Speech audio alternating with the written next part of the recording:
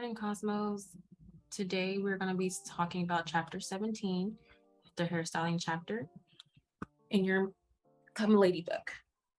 Today our class objective is going to be execute finger waving, pin curling, roller setting, and hair wrapping. You'll be able to perform various blow dry styling techniques and learn how to use the blow dry tools. You'll be able to demonstrate the proper use of thermal irons, flat irons, and understand the heat settings and how they are used. You'll also be able to perform the 4 basic curl patterns, 3 types of hair pressing, and the importance of sectioning, pinning, and balance when it comes to updos. And that's our course objective for the day. Moving a little bit too fast. Why is it going so fast?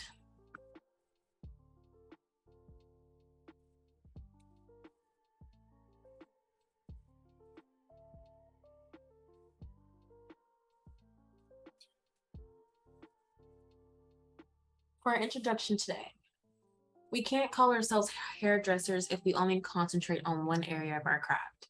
A hairdresser is a professional with well-rounded skills that can adapt to the individual needs of the guest. By mastering hairdressing, we will not only learn discipline, but finger dexterity or the manipulation of our hands. We want to start with a client consultation.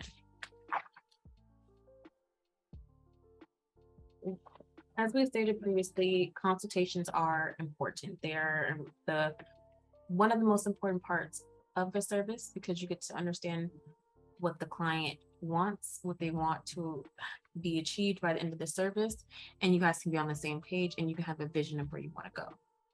And it's always the first step in the hairstyling process. You want to be sure to have your portfolio and a variety of styling books available for review. I would say nowadays, have your Instagram easily accessible. You want to have pictures in your phone that you could swipe through to show a client, or if you want to have those hair magazine books, those are also very good. But nowadays, people don't really carry those in their salons anymore. Everything is pretty much digital. So, but always have them on hand just in case a client wants a reference or you want to show a client what you mean by this particular style, then you have it on hand. The basics of wet styling, of wet hairstyling.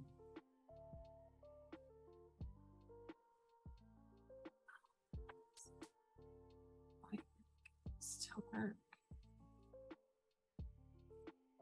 Sorry, you guys, I am having some technical difficulties.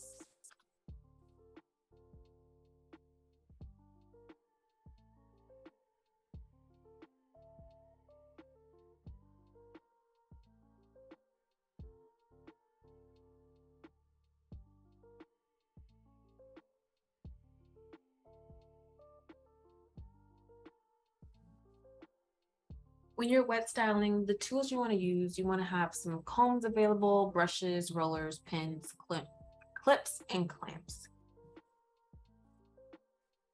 Those are just your basic tools when you're wet styling. Performing a finger wave. Finger waves are the process of shaping and directing the hair into an S pattern through the use of the fingers, combs, and finger waving lotion. Finger waving was all the range in the 1920s and 30s. And it continues to be popular in today's runways and in Hollywood. Finger waves are definitely coming back, but they were mostly popular in the 1920s and 1930s. Like in the movie Great Gatsby, majority of the women in that movie, if you've ever seen that movie, if you haven't, you should check it out. It's pretty good. A lot of the women in that movie's hair is styled with the finger wave hairstyle, whether it's short or long. You had the long ones, you had dry finger waves, and we'll get more into those as we go along throughout the book. Many people who are in Hollywood, they do wear their hair in finger waves, like Madonna, and you have Tyra Banks who rock the finger waves. And let's see, who else can we think of? I can't think at the moment, but it's definitely coming back, and it's definitely becoming more trendy as our years go along. Finger waving lotion. It makes your hair pliable and holds it in place. It's made of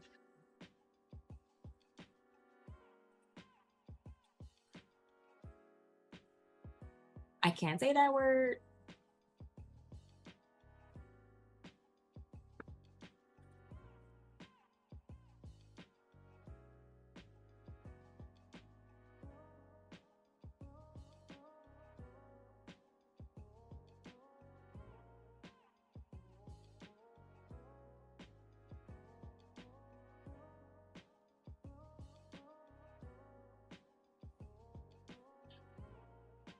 It's made of caraya gum, which is taken from the trees found in Africa and India.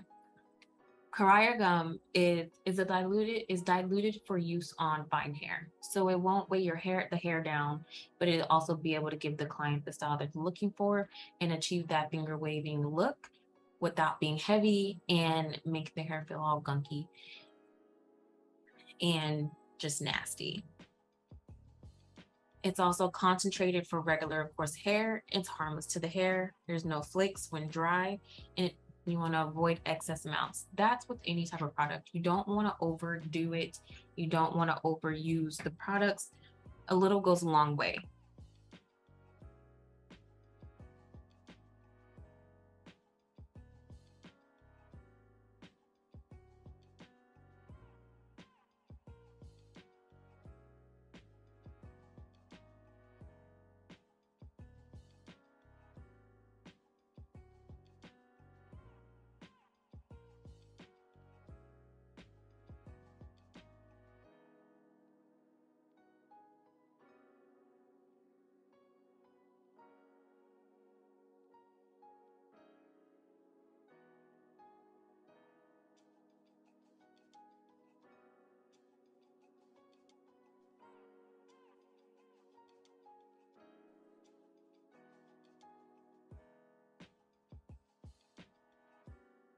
So you have a couple different methods of finger waving. You have vertical and you have horizontal finger waving.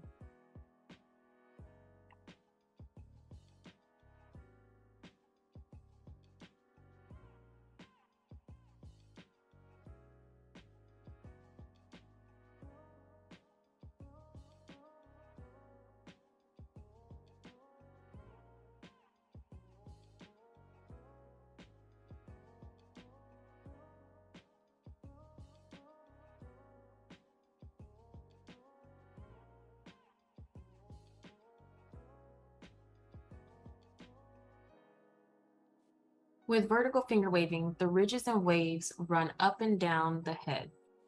And horizontal finger waves are sideways and parallel around the head. And the procedure is the same for both. Instead of completing one side before beginning the other, you want to complete the first ridge on one side of the head and then move to the other side of the head. And after you join the two of them, you repeat the process. You repeat the manner until you're finished with the whole entire head. Forming a pin curl. When you're forming a pin curl, you have three parts of the curl. You have the base, which is here, which starts at the scalp. And then you have the stem, which is here. Think of it like a tree. You have the roots, you have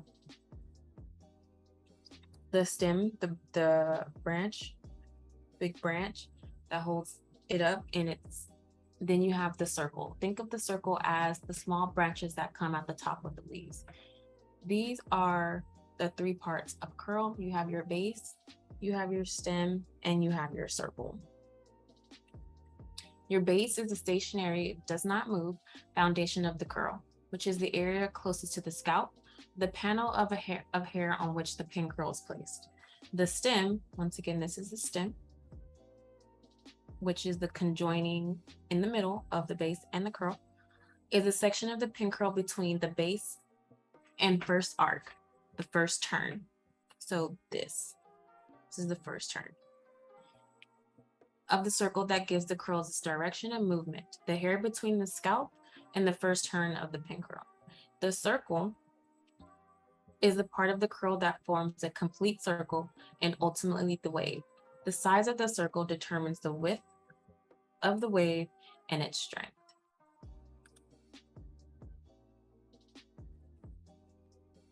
Mobility of a curl. So you have no stem curl, you have a half stem curl, and you have a full stem curl. With no stem curl, it is placed directly on the base of the curl. It's tight, it's firm, it's long lasting. It's a long lasting curl and allows minimum mobility, so minimum movement. With your half stem curl, it permits medium movement. The curl, which is the circle, is placed half off the base. And I'll show that and demonstrate that to you guys after we get done. And it gives good control of the hair. The full stem curl allows for the greatest mobility. The curl is placed completely off the base. The base may be square, triangular, half moon, or rectangular section, depending on the area of the head in which the full stem curls are used. It gives much freedom as the length of the stem will permit it. If it is exaggerated, the hair near the scalp will be flat and almost straight. It is used to give the hair a strong, definite direction. So again, we have our no stem curl, our half stem curl, and our full stem curl.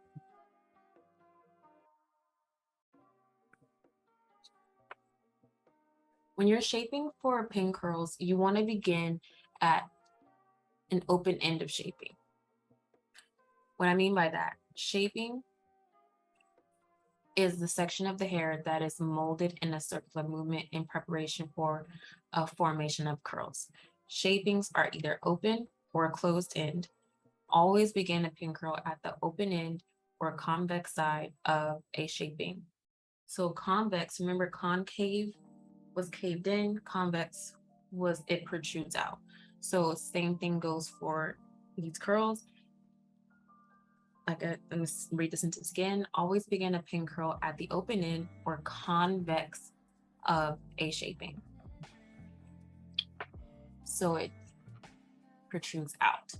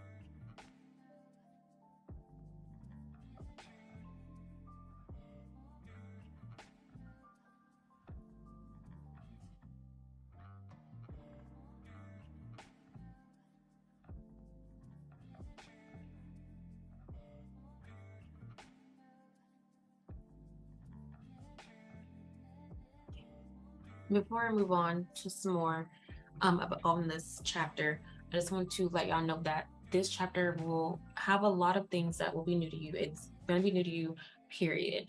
But when we do it in person, with the information that you're learning today will make more sense when we do it in person. It's not complicated. And when I'm giving you guys information, don't get overwhelmed. It's really simple. So I just want to try to keep that in mind as we're going along throughout the chapter, because you can't see me. So when we are in person and we're demonstrating this and we're doing it ourselves, I'll be able to put the words with the actions. So I just wanted to keep that in mind as we go along throughout the chapter. So let's continue. Open and closed center curls. Open and center curls produce even, smooth waves and uniform curls. Open center curls.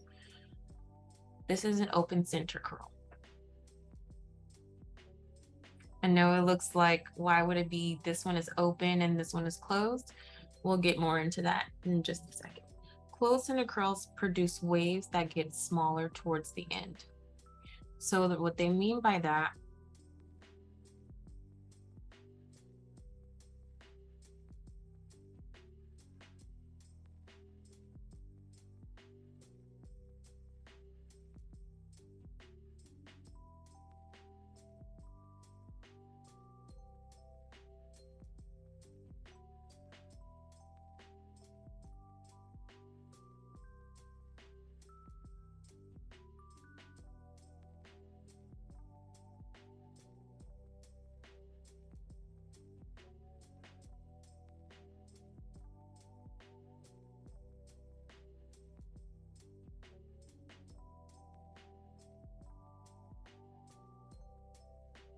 What they mean by that is the difference in the waves produced by pin curls with open centers and those with closed centers, the width of the curl, it determines the size of the wave.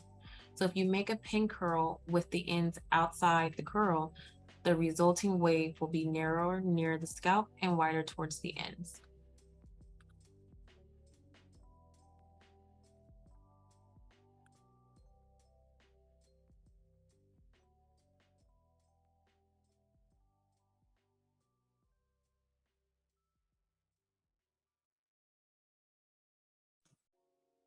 Curl and stem direction. So with curl and stem direction, you have forward movement, reverse movement, you have upward movement, downward movement, diagonally, you have clockwise, and you have counterclockwise. I'm gonna say that again, you might wanna write it down because it may be part of one of your verification questions at the end of this presentation. You have forward movement, you have reverse movement, upward movement, downward movement, diagonally, clockwise, and counterclockwise. The curls may be turned towards the face and away from the face, upward, downward, or diagonally, and the finished result will be determined by the stem's direction.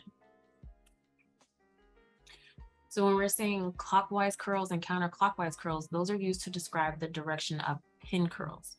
Curls formed in the same direction as the movement of the hands of a clock are known as clockwise curls. Curls formed in the opposite direction are known as counterclockwise curls. So think of when you're thinking of that, think of a clock, or when you're playing Uno, you're going in a counterclockwise direction, or if your family is out of the ordinary and likes to do things different, you go clockwise. So think of pin curls the same way. You're going to curl them going either clockwise position, clockwise direction, or you're going to curl them in the counterclockwise direction. So when you're thinking of doing pin curls and you want to do counterclockwise or it's clockwise, you can either think of when you're playing a game, or you can either think of a clock. One direction this way, and you're curling it the other direction as if you're going from 12, 11, 10, 9, 8, 7, 6, 5, 4, 3, 2, 1, or you're going to go from 12, 1, 2, 3, 4, 5, 6, 7, 8, 9, 10, 11, and back up to 12. And that's how it will close up. You're always going to meet back up at 12 o'clock. The 4 different pin curl bases, you have regular base, you have an arc base, triangular base, and you have a square base. Those are all bases for pin curls.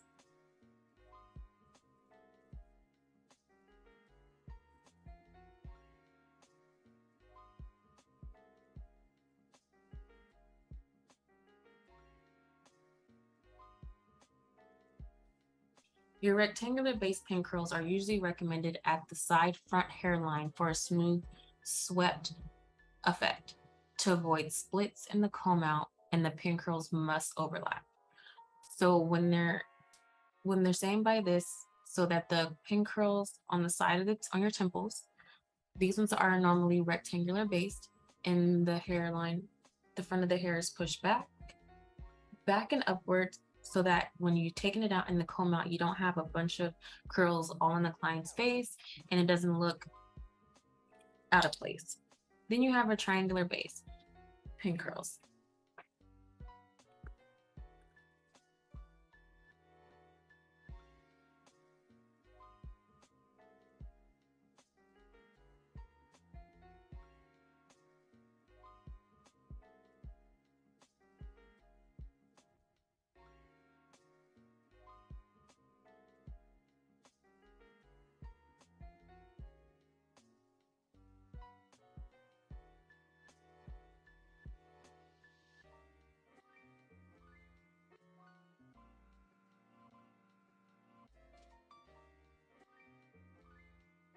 Triangular base pin curls are recommended along the front or facial hairline to prevent breaks and splits in the finished hairstyle. The triangular base allows a portion of the hair from each curl to overlap the next, and this style can be combed into a wave without splitting. So with the triangular base, and when you're combing out the pin curls, you don't want the pin curls to split.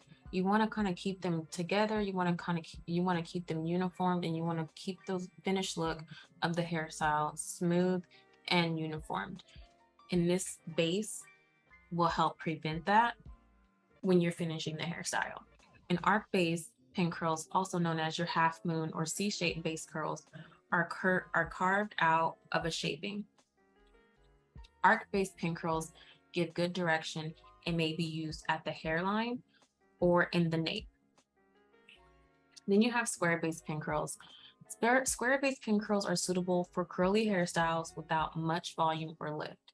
They can be used on any part of the head and will comb out with lasting results.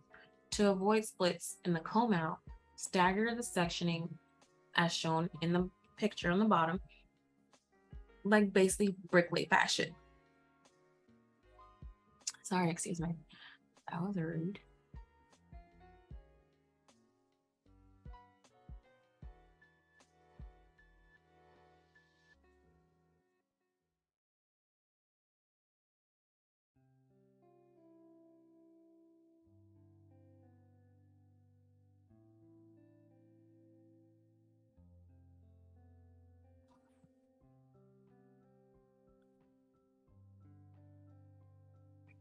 So let's get into these pin curl techniques. The pin curl techniques, you have ribboning and you have carved sculptured curls. Carved or sculptured curls, your pin curls are sliced from a shaping and formed without lifting the hair from the head, and they are referred to as your carved curls, also known as your sculptured curls.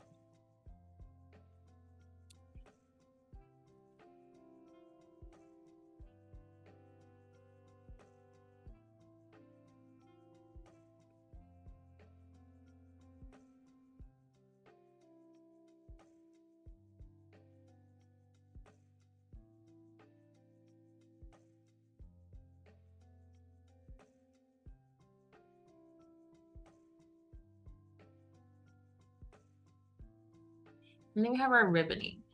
Your ribboning, it involves forcing the hair between the thumb and the back of the comb to create tension. You can also ribbon hair by pulling the strands while applying pressure between your thumb and index finger out towards the end of the strands. When you're designing with pin curls, you have your ridge curls, you have skip waves, you have barrel curls. Your ridge curls are pin curls placed immediately behind or below a ridge to form a wave. Like you see here in this image right here. And this is what it looks like when it's combed out, and this is what it looks like when it's wet. Then you have your skip waves. Your skip waves are 2 rows. The difference in width from both rows are very, very wide. It looks like a skip. They're usually on the side of the head, and skip waves create a strong wave pattern with well-defined lines between the waves. This technique represents a combination of finger waving and pin curls. So this is what it looks like wet, and this is what it looks like dry and it's combed out. Your barrel curls, these are done with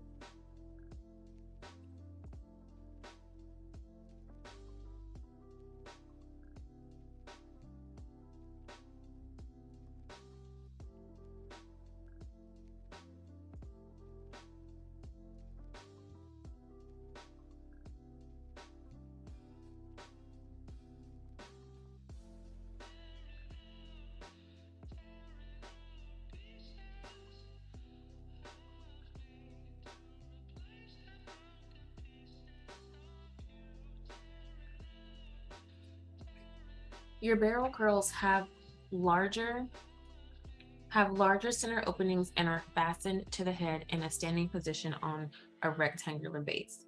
They have the same effect as stand-up pin curls, but it's sorry, but it does not have the same tension as a roller when it is set.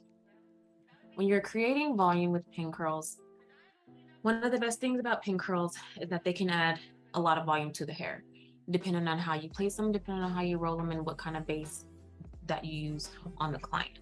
You have two types of pin curls that are particularly effective when you want to put volume in someone's head, especially if the client's asking for volume and wants a lot of volume.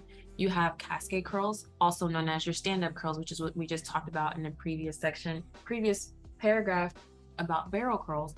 Those are used to create height in the hair design. They are fastened to the head in a standing position, hence stand-up curls, to allow the hair to flow upward and then downward. The size of the curl determines the amount of height in the comb out. In the comb out,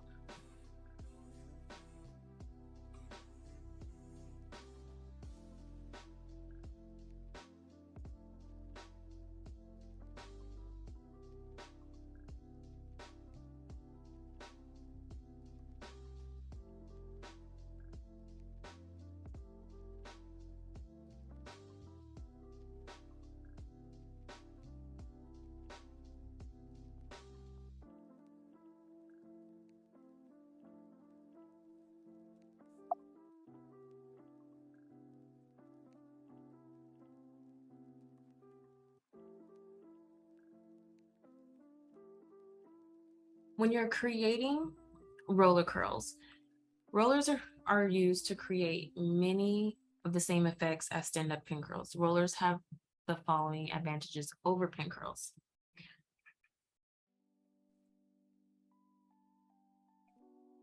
The hair is wrapped around the roller with tension, which gives a stronger, longer lasting set.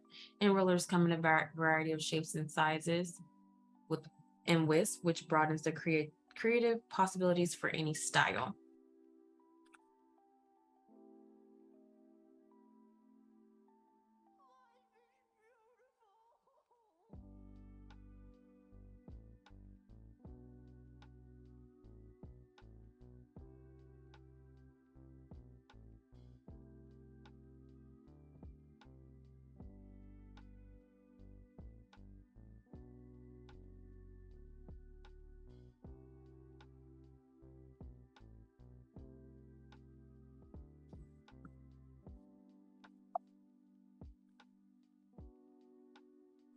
And since the rollers hold about the equivalent of 2 to 4 stand-up curls, the roller is a much faster way to set the hair.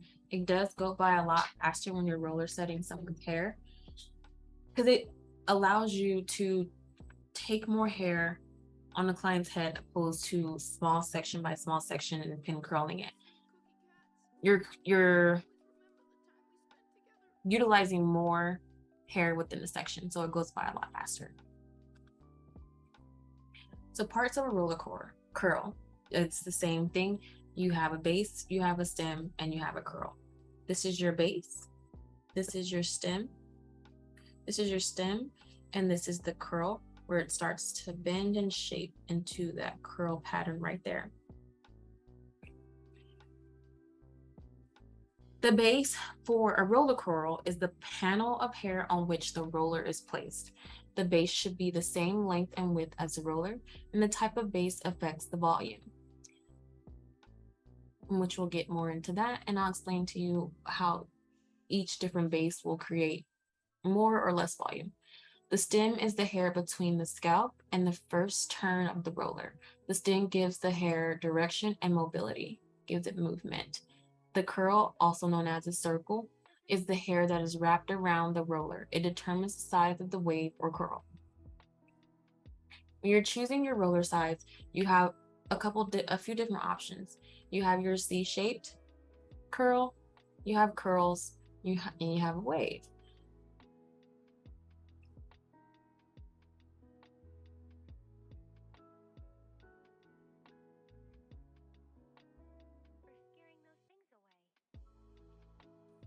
Depending on the length of the hair and the size of the roller, that will determine whether you end up with a C-shaped, wave, or curl result at the end of the service. When you have one complete turn around the roller, that will create a C-shaped curl. When you have 1.5 turns, that will create a wave. When you have 2.5 turns, then that's when you will create a full curl. Your roller placement. When you're placing rollers on the head to determine how much volume you want or how much volume you don't want, you have on base, you have off base, and you have half base. On base, here's the top. So let's look at these images really quick. Here's the top of the head. When you have on base, the angle of strand for the full volume, this is when you want the full volume, it is over directed backwards. When you have off base, it is over directed forward, and the rollers go underneath and it rolls down like that. And on base, if the rollers go on the top and it rolls inward. On base rolls inward, off base rolls outward. And half base, it goes straight up and down, and the rollers are on the side and they go inward and down to where they will end up once you get down to the bottom on top of the head for half base.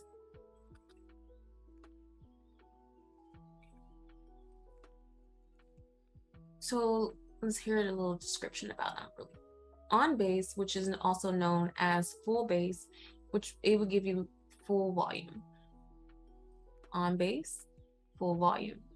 The roller sits directly on its base. So once you're rolling it, when you have on base and these rollers come all the way down, once you hit the end of this roller, it will sit on the base. It will sit directly right there on that base. You're going to over direct it higher than 90 degrees. So just over directed higher than 90 degrees. We're at, it looks like about 125 degrees right now. The strand slightly sits in front of the base, and you roll the hair down to the base, and the roller should fit on the base.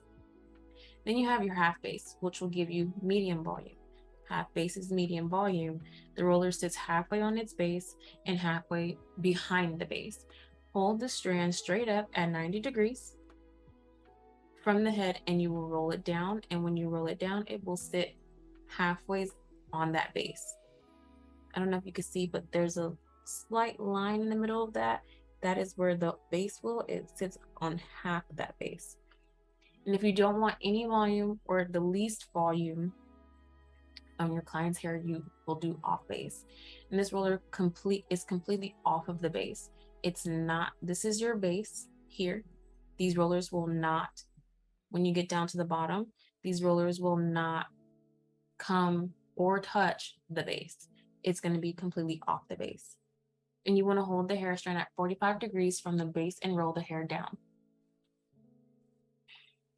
Your roller direction, it follows with the direction of the finished style that you're looking for. You have indentation is the point of where the curls of opposite directions meet.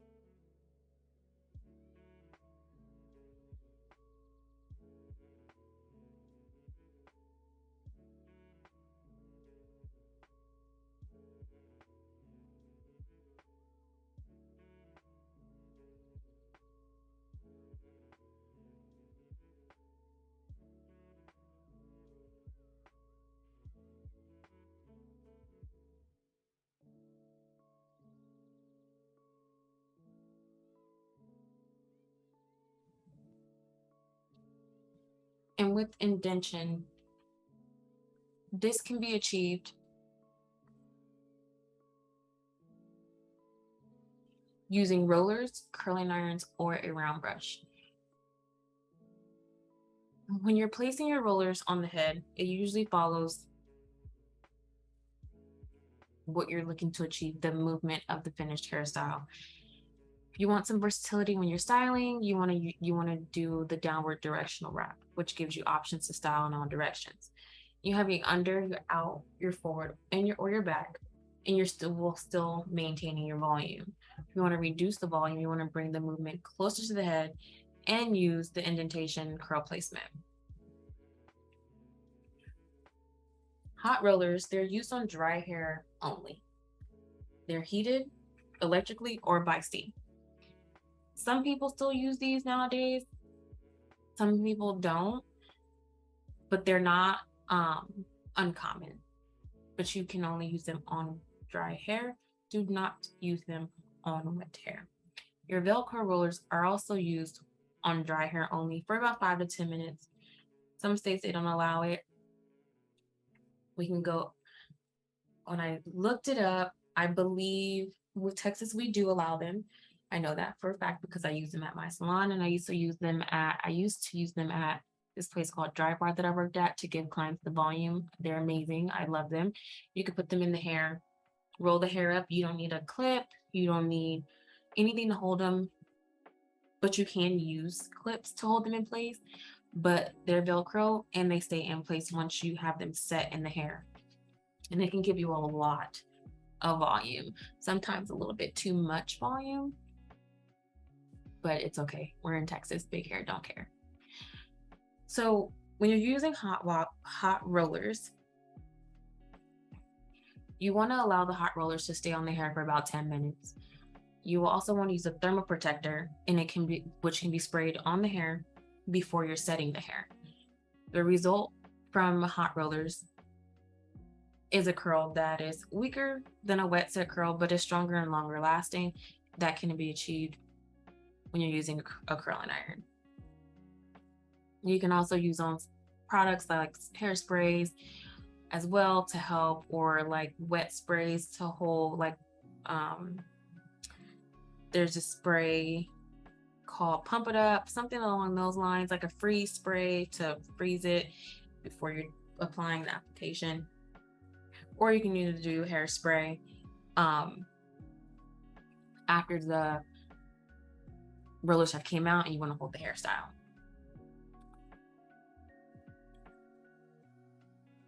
Velcro rollers, you only typically leave them in for 5 to 10 minutes, depending on how you want it set in the hair. You want to follow the same setting patterns as with wet setting, but keep in mind that no clipping is necessary to secure the roller. But you can use clips if you want to. It's optional. Velcro fabric grips the hair well and stays in place on its own. You want to mist the entire head with hairspray and then either place the client under a hooded dryer for 5 to 10 minutes or use a diffuser attachment on your blow dryer for a recommended time to give a soft set to the hair. What I normally do is I use my round brush and I put the curl in with a round brush and give the volume that I want, dry the hair, give it the movement that I want to see in the hair, the client also wants to see in the hair. And once it's completely dried and I put my curl in, or it's either straight with a little bend on the ends, I will then sit my roller, place my roller on the head, put it in place, make sure it's locked in place, and I will then proceed to go throughout the rest of the head and let it sit there, because then by that time you have reached about 5 to 10 minutes and you want to start, typically clients want to see the volume on the top of their head. So if you start in the front, by the time you get to the back and be done, you've already reached your 5 to 10 minutes and you don't have to put the client under the dryer. And once you've taken out the rollers, you style it and use hairspray or any other styling products that you want to use to achieve the look that the client is going for. Sorry about that. You have let's get into these backcombing techniques, which are really popular when you're doing updos or you want to create volume with somebody's hair who doesn't naturally get volume, or someone's hair who's like on the thinner side and they want to create volume, make their hair a little bit bigger. That's when you would use backcombing techniques. You want to section the hair. You want to insert the comb, Press the comb to the scalp. You want to create a cushion base. You want to repeat this technique for volume, and then you smooth out the hair that's on top so you can't see the teasing underneath, the back combing underneath.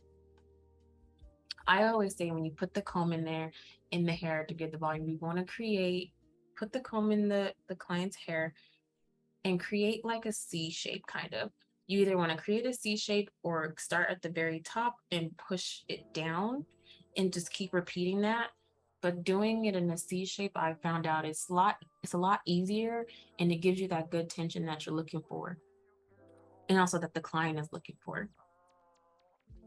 Then you have back brushing, which is also known as roughing.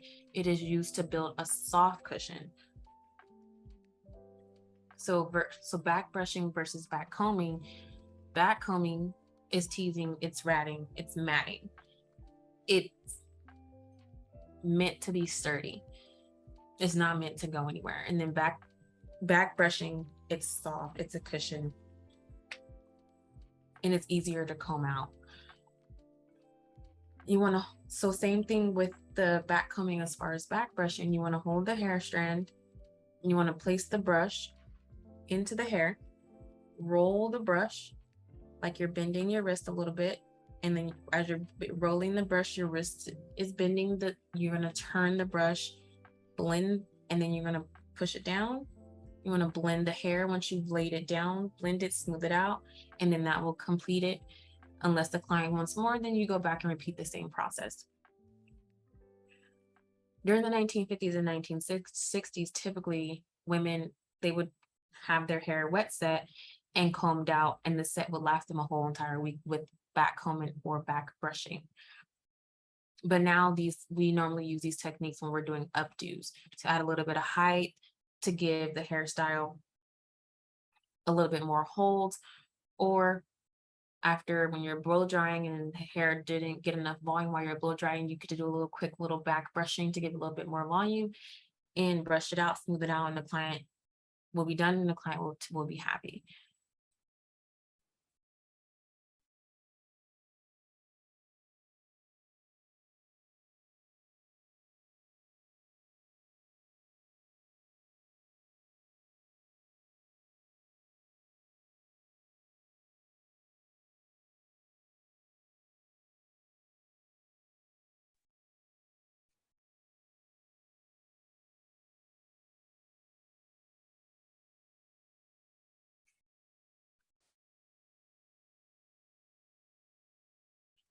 Hair wrapping keeps curly hair smooth and straight while retaining a beautiful shape.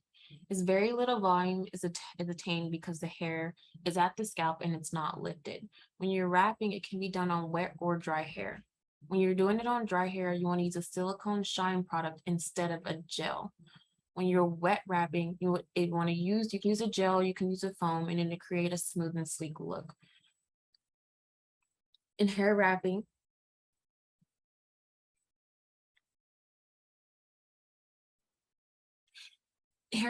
works if you're doing a silk press or your client has a blowout and they want to keep it.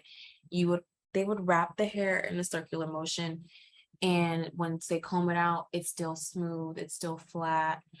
If you wrap it in the opposite direction of the part, the client can obtain a little bit of volume. It won't be as much as what they normally would have, but they can still have some volume and also wrap their hair every single day. When you're doing the wet wrapping, it makes it really smooth. I don't know if you guys have seen women with pixies, particularly most likely African American women. They will have a pixie, and if the hair is curly or natural, a client will want it to be sleek. The stylist will use like a gel to lay it flat, or use a wrapping foam to lay it flat and comb it down in the style that they want. And then they'll put them under the dryer, and it will dry in that state, and it will give you that sleek, shiny look depending on what kind of products you're using. And it's really pretty. I love doing that with pixies, especially with pixies. It works really, really well.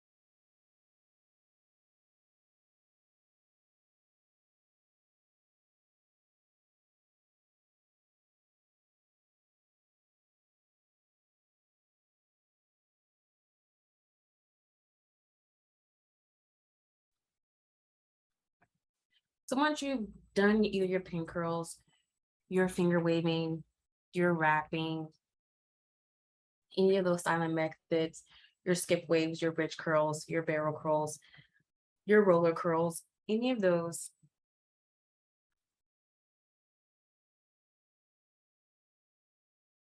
So when you're doing your styles, whether it's the finger waves, the pin curls, the skip waves, sorry, bridge curls, barrel curls, you have your roller curls. You have hot rollers back when you're doing back combing, when you're blow drying, styling. You want to finish the hair with a basic blow dry styling technique. So guidelines to follow when you're blow dry styling. You do not hold the dryer too long in one place. I cannot stress that enough. I have worked with a couple people who they're new, they probably just graduated it, and they're still learning, but sometimes you can get in like a bad habit of when you're blow drying, you want to hold the blow dryer in that section because you want that one section to be dry. But you have to continuously move the blow dryer back and forth. It's a constant back and forth motion. Because if you leave the dryer on the client's head in one position, you can burn them. I have done it to myself by not paying attention when I'm blowing out my own hair, watching TV in my salon, and I forget that I'm blow drying my hair, and I can't tell y'all how many times I've burned myself. It's so funny. I even laugh at myself, but it hurts. You don't want to do that to a client. You always want to direct the hot air away from the client's scalp. So the best way that I can describe that is if you have your blow dryer, whichever way is comfortable for you when you're holding your blow dryer, you want to place the concentrator of the blow dryer, which is the end of the blow dryer where the hair comes out, the air comes out, and it's typically on the end of the nozzle, and it's flatter, so it directs the hair in one motion instead of directing airflow all over. But you want to slightly tilt it so it's a little slightly tilted diagonal, so when you're blow drying, the hair is not on the client's scalp. So just in case your blow dryer gets really hot, like mine at my salon, it gets really, really hot. If my blow dryer is tilted and pointed away from the client's scalp, I can literally blow dry one part of their hair a lot without their scalp burning. And they won't even know that I'm blow drying this one section, trying to get it dry. You also want to direct air from the scalp towards the end of the hair. So when you're doing it in the brush, you want to direct that air that's coming from the scalp towards the end of the hair so that you're drying the whole hair strand, the whole section of hair that you have in your hands when you're blow drying. The ends typically will take longer to blow dry because they're holding on to most of that water. Your ends of your hair is the oldest part of your hair. So it will hold on to a lot of things, especially water. So you want to direct that heat down towards the bottom. And also before you're blow drying, you want to partially towel dry the hair before blow drying. So when you're blow drying a client, you want to towel dry the hair as much as possible, try and get as much of that water out.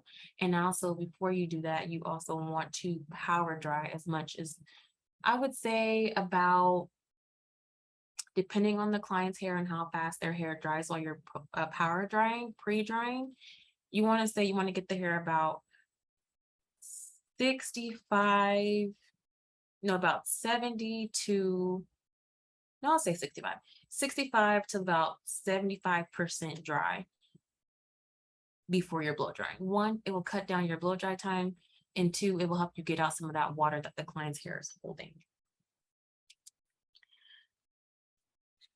This next section we're going to get into it in chapter 17, part 2. So I'm going to go ahead and stop here on this slide for today, and then we'll do chapter 17, part 2 next. But for your homework, I want you guys to answer the verification questions at the end. And I also want you, once we get done with part 2 of this chapter, I want you to go ahead and do the final exam as well.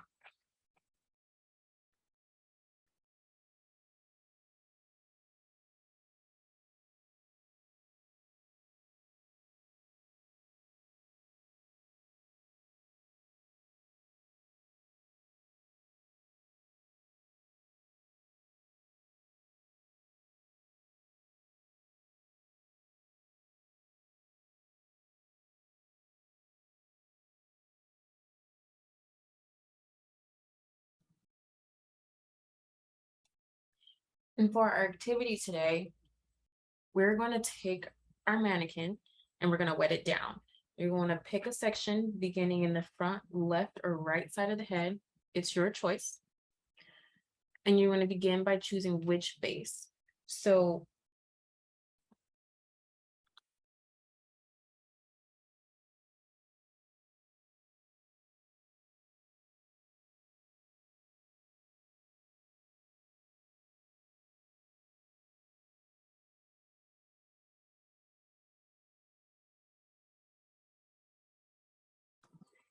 So you can either do a rectangular base, or arc base, a triangular base, or square base for your pin for this activity for the pin curls. And then I also want you to choose what type of pin curl technique you're going to use. Also, we're going to practice having the curls open and you're going to do some closed. We're going to take about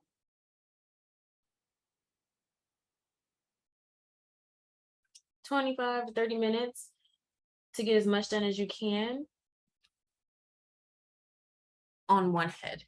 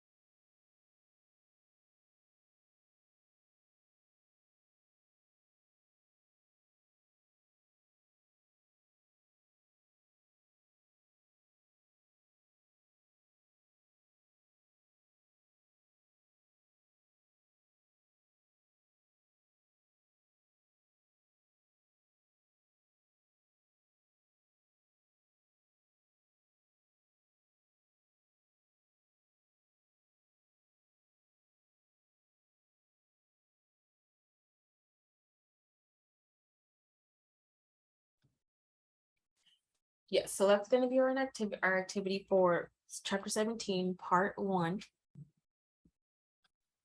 I don't know if you guys can hear me, but that's going to be our chapter 17, part 1 activity. If you want to, I'm also going to give you the option that if you want to do it more at home and practice at home, you can do that as well and record and send it to me in a YouTube video if you choose to, or if not, we can do it all together in class. That is truly your option on which one you want to do. So once again, that's going to end chapter 17, part 1, and then we will go over chapter 17, part 2 next. All right, y'all, have a good day. And let me know if you have any questions, if you need any help. Don't hesitate to inbox me, message me, or see me in person and ask me. All right, y'all, talk to y'all later.